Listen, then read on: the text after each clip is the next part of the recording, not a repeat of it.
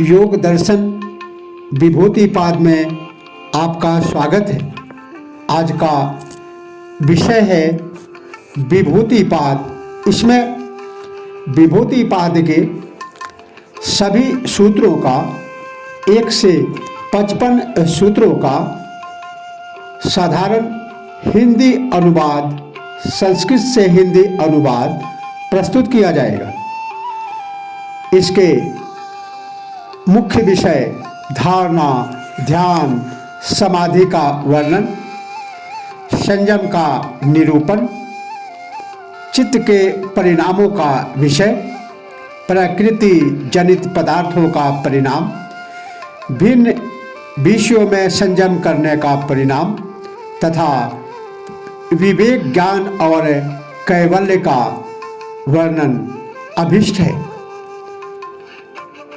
इन विषयों का एक एक सूत्रों का विशद व्याख्या पहले प्रस्तुत किया जा चुका है।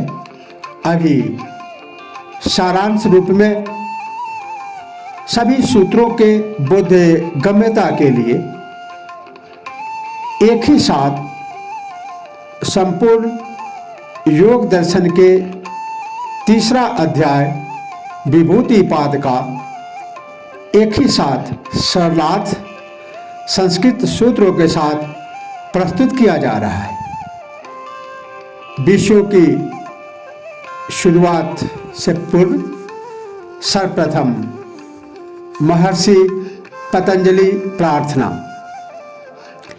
योगेन चित्तस्य पदेन वाचां मलं शरीरस्य च वैद्यकेन योपाकरोति प्रवरं मुनीनां पतंजलिं प्राञ्जलिरानतोऽस्मि। आबाहु पुरुषाकरं शङ्खचक्राशिधारिणं सहस्रशीर्षं श्वेतं प्रणमामि पतंजलिम्। अथ योग दर्शन तृतीयो अध्याय विभूतिपाद। सूत्र 1। देशबंध चित्तस्य धारणा। महर्षि पतंजलि प्रथम सूत्र में अष्टांग योग के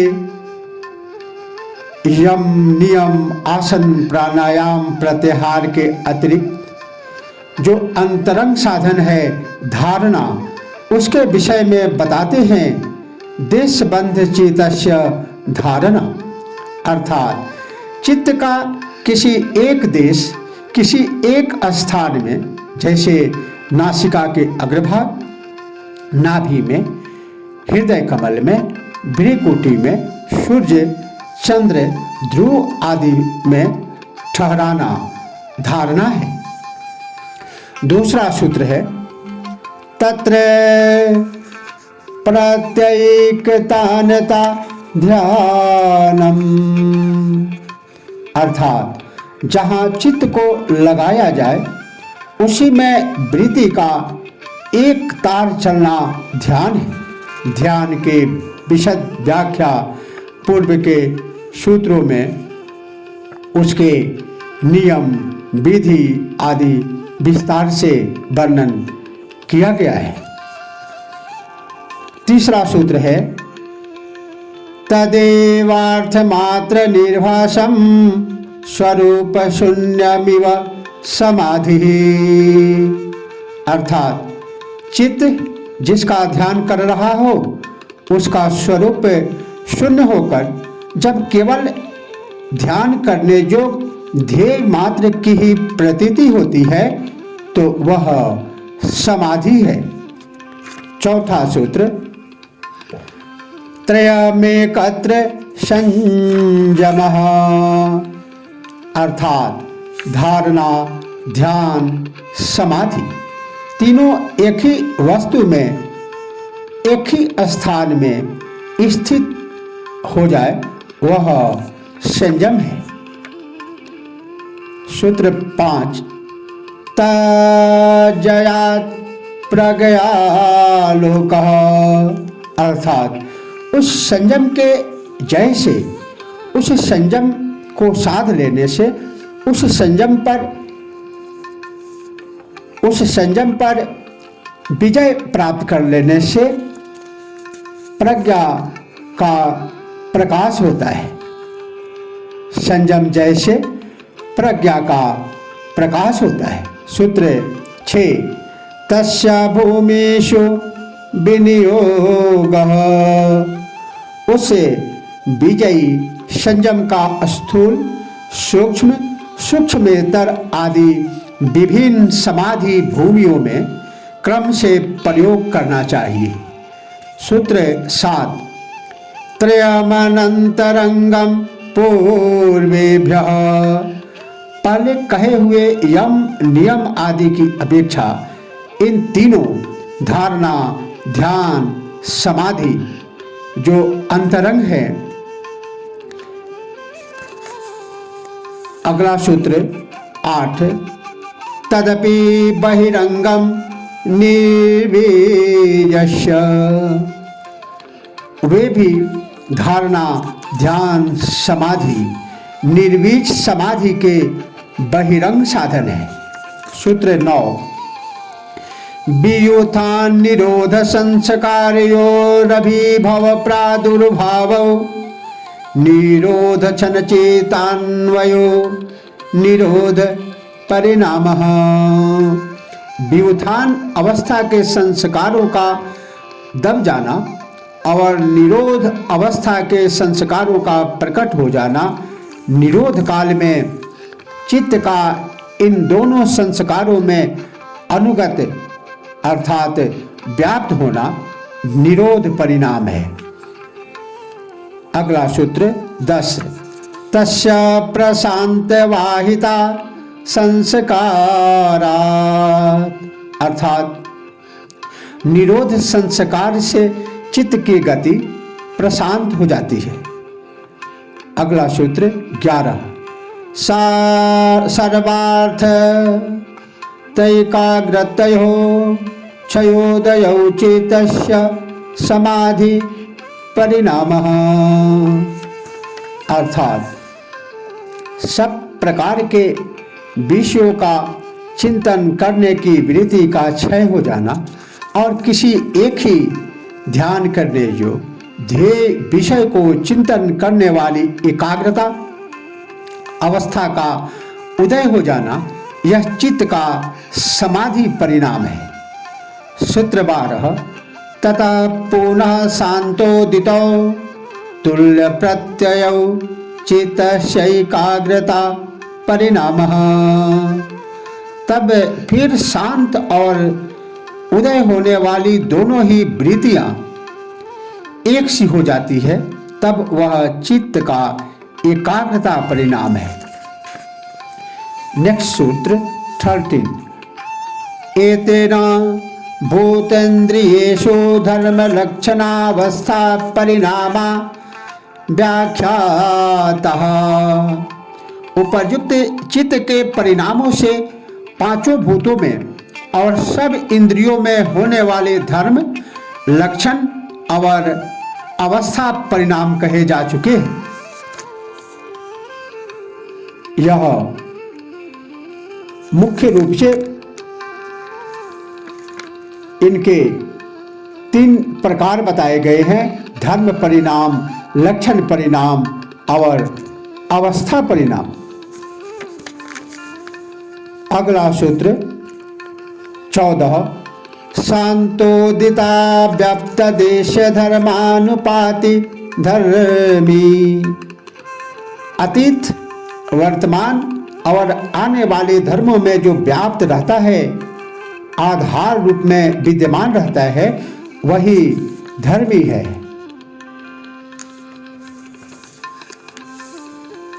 अगला सूत्र 15 क्रमान्यत्वं परिणामान्यत्वे हेतुः, परिणाम की भिन्नता में क्रम की भिन्नता कारण है। सूत्र 16 परिणामात्र संयमा आदति ताना गत ज्ञानम, उक्त तीनों परिणामों में संयम करने से भूत और भविष्य का ज्ञान हो जाता है।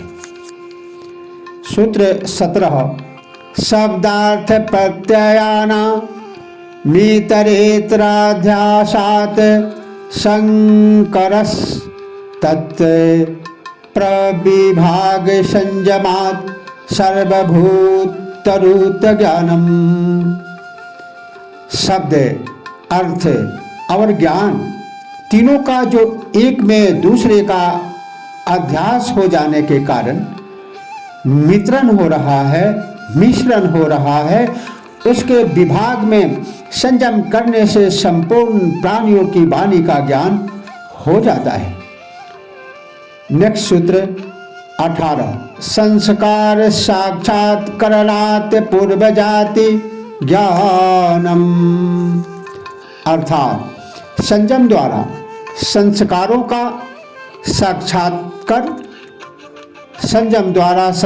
का साक्षात्कार लेने से पूर्व जन्मों का ज्ञान हो जाता है। सूत्र 19 प्रत्ययस्य परचित ज्ञानम। दूसरों की चित्त वृत्ति के संयम करने से उसके चित्त का ज्ञान हो जाता है। सूत्र 20 न च तत्सालंबनम तस्या विषयीभूतत्वा। दूसरों का चित्त विषय सहित साक्षात नहीं होता क्योंकि वह संयम का विषय नहीं है।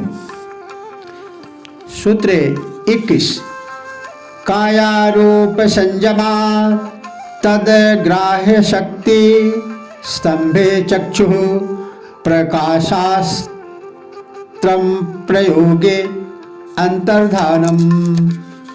शरीर के रूप में संयम करने से जब उसकी ग्राह्य शक्ति रोक ली जाती है तब चक्षु के प्रकाश का उसके साथ संबंध न होने के कारण योगी अंतर्धान हो जाता है, उसमें अंतर्धान होने की शक्ति आ जाती है।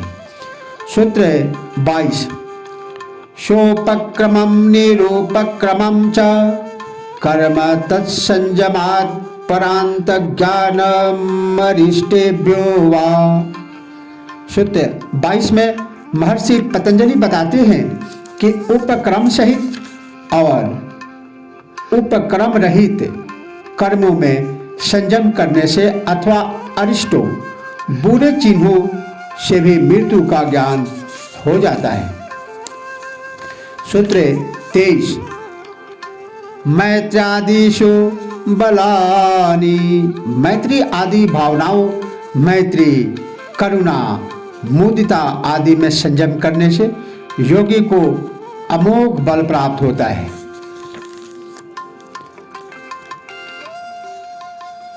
सूत्र 24 बलेषु हस्ति बलादिनी।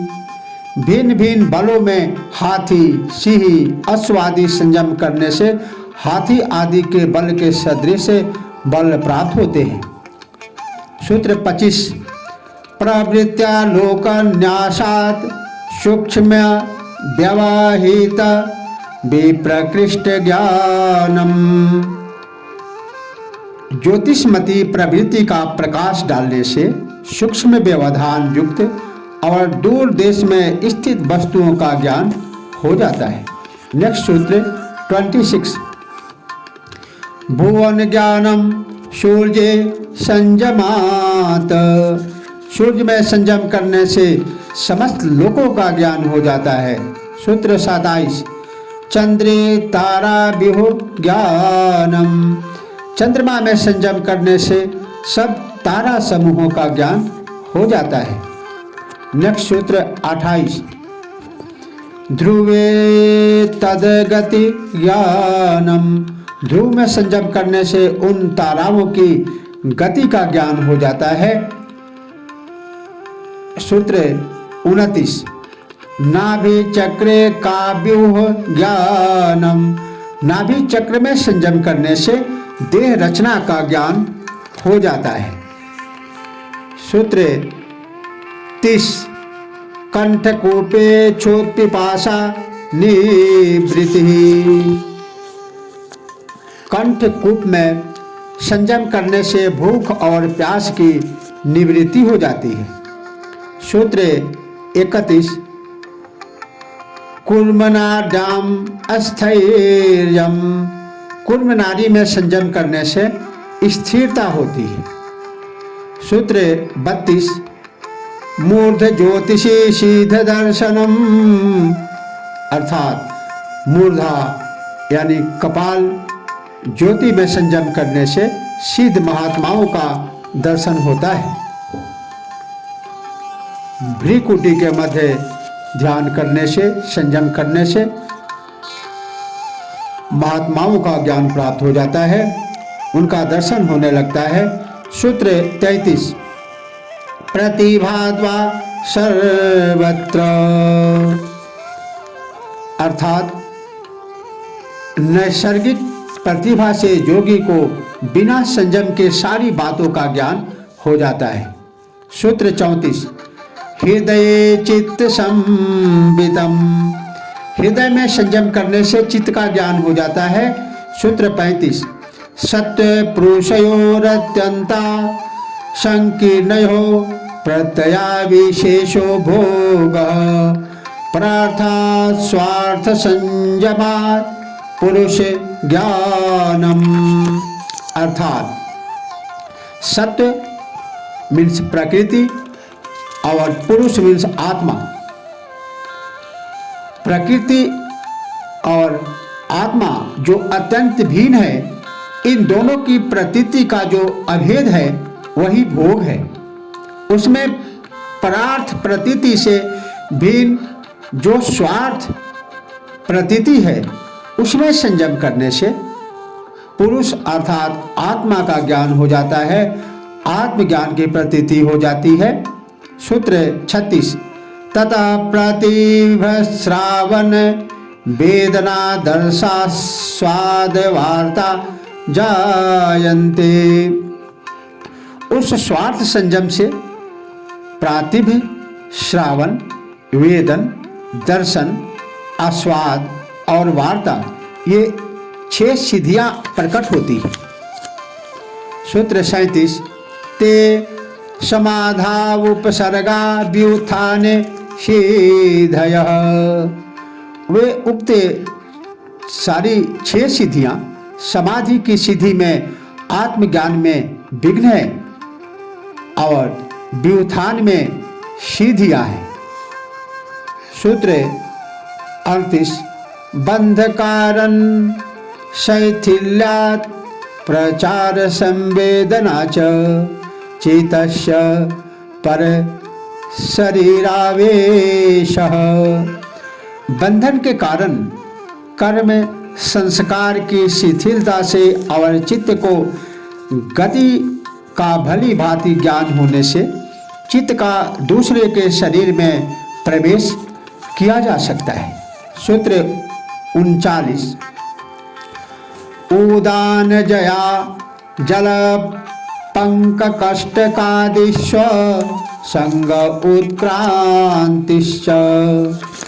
उदान वायु को जीत लेने से जो पंच प्राण है, प्राण, अपान, उदान, समान, व्यान, उसमें जो उदान प्राण है, उदान वायु है, उसको जीत लेने से जल, कीचड़, कंटक आदि से उसके शरीर का संयोग नहीं होता और ऊर्ध्व गति भी हो जाती है। सूत्र 40 समान जया ज्वलनम। अर्थात संयम द्वारा समान वायु को जीत लेने से, समान प्राण को जीत लेने से योगी का शरीर दीप्तिमान हो जाता है। उसके शरीर में एक अलौकिक तेज की प्रतीति होने लगती है, उसकी आकर्षण शक्ति बढ़ जाती है। सूत्र 41 श्रोता आकाशयो संबंध संयमा दिव्यम श्रोत्रम। श्रोत अर्थात कान और आकाश के संबंध में संयम कर लेने से योगी के श्रोत्र दिव्य हो जाते हैं। उसकी श्रवण शक्ति बहुत अलौकिक हो जाती है।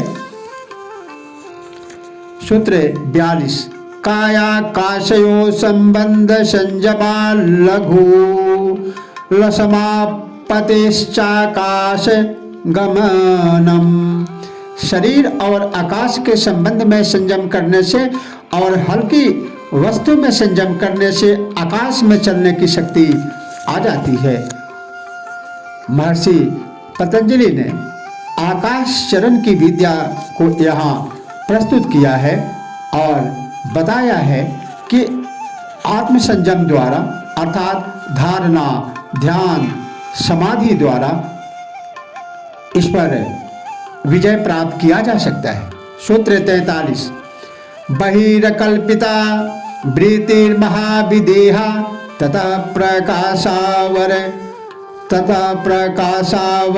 क्षयः। अर्थात शरीर के बाहर कल्पना न की हुई वृत्ति महाविदेहा है, उससे ज्ञान के आवरण का नाश हो जाता है।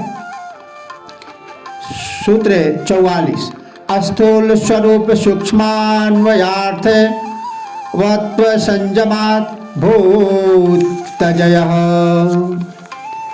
भूतों की स्थूल स्वरूप, सूक्ष्म अन्वय और अर्थ तत्व, इन 5 प्रकार की अवस्थाओं में संयम करने से योगी को पांचों भूतों पर, जो 5 महाभूत हैं, क्षिति जल पावक गगन समीरा, जिससे यह मानव शरीर बना है, उस पर विजय प्राप्त हो जाती है।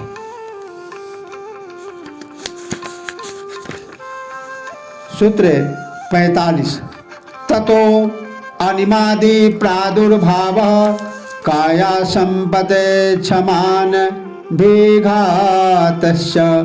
उच्च भूत जैसे अर्थात 5 महाभूतों में जैसे ही हम विजय प्राप्त करते हैं, छित जल पावक गगन समीर पर जब हमें विजय हासिल हो जाती है, तो उन भूत जैसे अनिमा आदि 8 सिद्धियों का प्रकट हो जाना, काया संबंध की प्राप्ति और उन भूतों के धर्मों से बाधा न होना, ये तीनों कार्य संपन्न हो जाते हैं।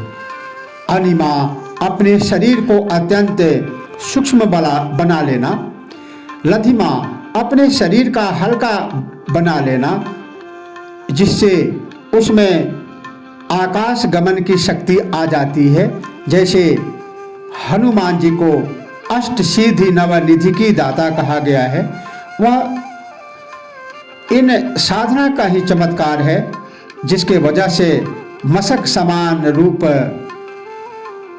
कपिधरी, जो अपने विकराल रूप को मशक के समान और जस जस सुरसा बदन बढ़ावा तास दून कपि रूप दिखावा, ये सारी शक्ति, ये अनिमा लधिमा आदि अष्ट सिद्धियों का कमाल है।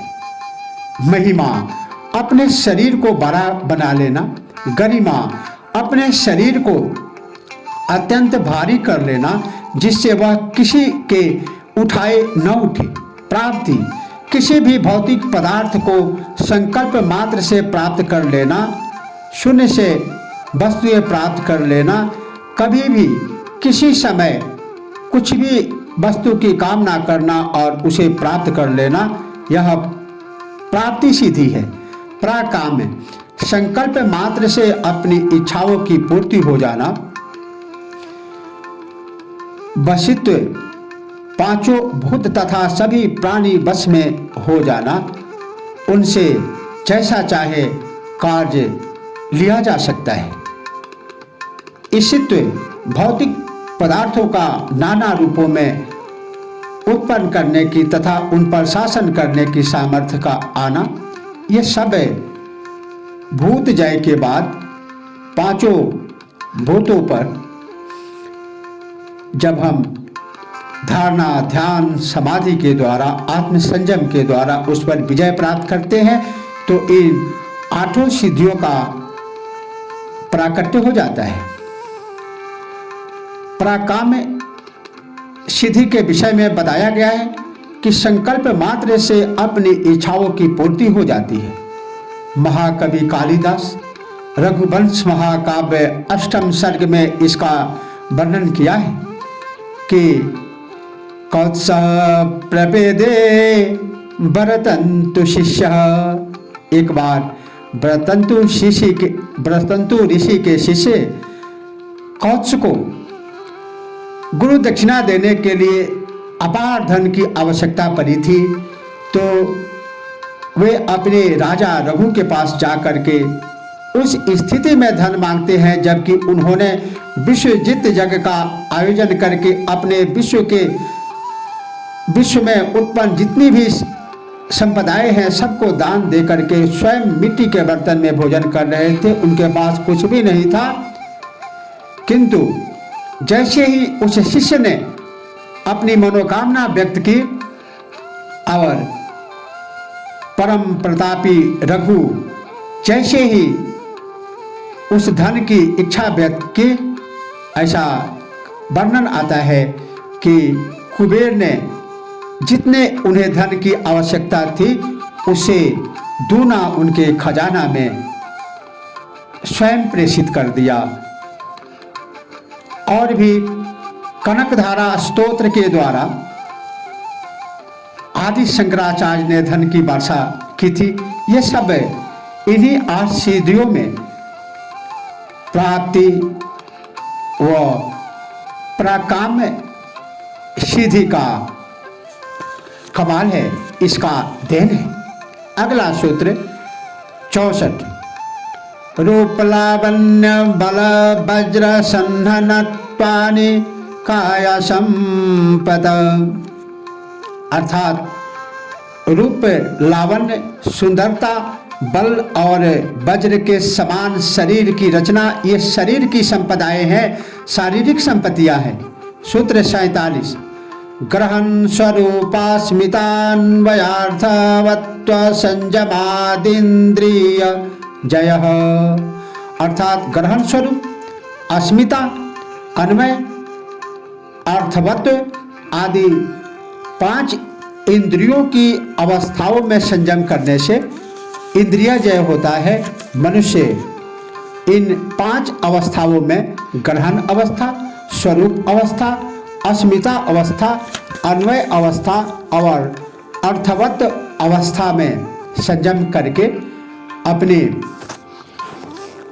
इन 5 के द्वारा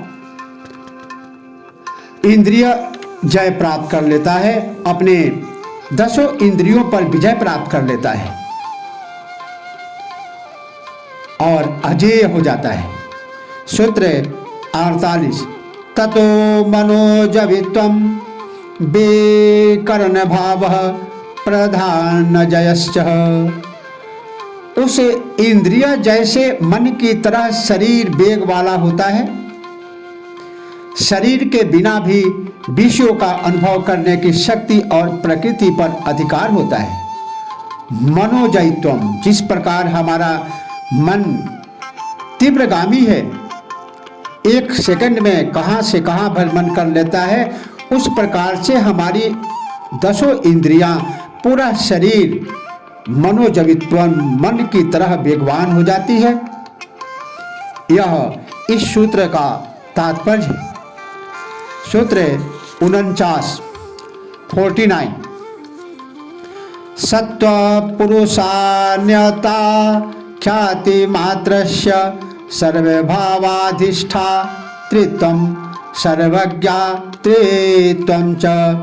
प्रकृति और पुरुष के भेद को जानने वाले योगी का, आध्यात्मिक वेता, अध्यात्म मार्ग पर चलने वाले का, ऐसे सभी समाधि को प्राप्त व्यक्ति सब भावों पर स्वामी भाव और सर्वज्ञ भाव हो जाता है। सूत्र 50। तद वैराग्यादपि दोष बीज क्षय कैवल्यम। उसमें भी वैराग्य होने से दोष के जो बीज का नाश हो जाने पर कैवल्य की प्राप्ति होती है। गीता में भगवान कृष्ण ने अर्जुन को कहा था, अभ्यासेन तु कौन्तेय वैराग्येन च गृह्यते। श्री कृष्ण ने समझाया था अर्जुन के माध्यम से सबके कल्याण के लिए यह गुह्य रहस्य जो महर्षि पतंजलि ने अपने योग दर्शन सूत्र 50 में बताया है, इसे उन्होंने कहा था, अभ्यासेन तु कौन्तेय वैराग्येन च गृह्यते। अभ्यास के द्वारा और जैसे जैसे हम अभ्यास करते जाते हैं हमारी वैराग्य भावना प्रबल होती जाती है। इसी अभ्यास, क्रमिक अभ्यास, निरंतर अभ्यास और वैराग्य के द्वारा कैवल्य, जो योग दर्शन का सर्वोच्च शिखर है, जिसे मुक्ति कहते हैं, कैवल्य कहते हैं, वह स्थिति आ जाती है। सूत्र 51। अस्थान्योपनिमंत्रणे संगस्य मायाकरणम पुनरनिष्ट प्रसंगात्।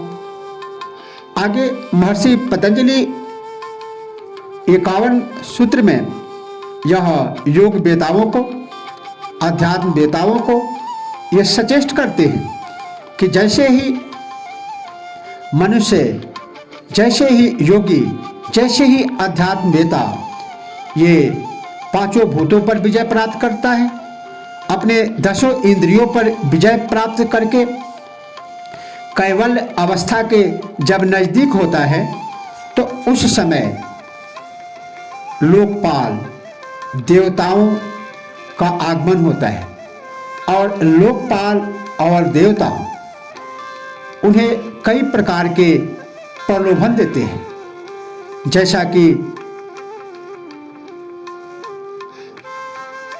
जीसस क्राइस्ट के साथ हुआ था। और उसमें महर्षि विश्वामित्र के साथ अप्सरा का आना, उन्हें भंग करने के लिए जो कैवल्य अवस्था है, बुध आदि सभी जितने भी महान लोग हुए हैं जो इस मार्ग पर आगे बढ़े हैं, सबके साथ ये फलीभूत होता है। और इसे स्पष्ट रूप से महर्षि पतंजलि ने अनुभव किया है। इसका नाम योग दर्शन इसलिए है क्योंकि योग के माध्यम से उन्होंने उस परमात्मा को साक्षात्कार किया है और उसमें जो जो बाधाएं आती है, जो जो उसका सुगम मार्ग है, उस सब पर प्रकाश डाला है। महर्षि पतंजलि कहते हैं, अस्थान्योपरिमंत्रणे संगस्याकरणम पुनरिनिष्ट प्रसंगात्।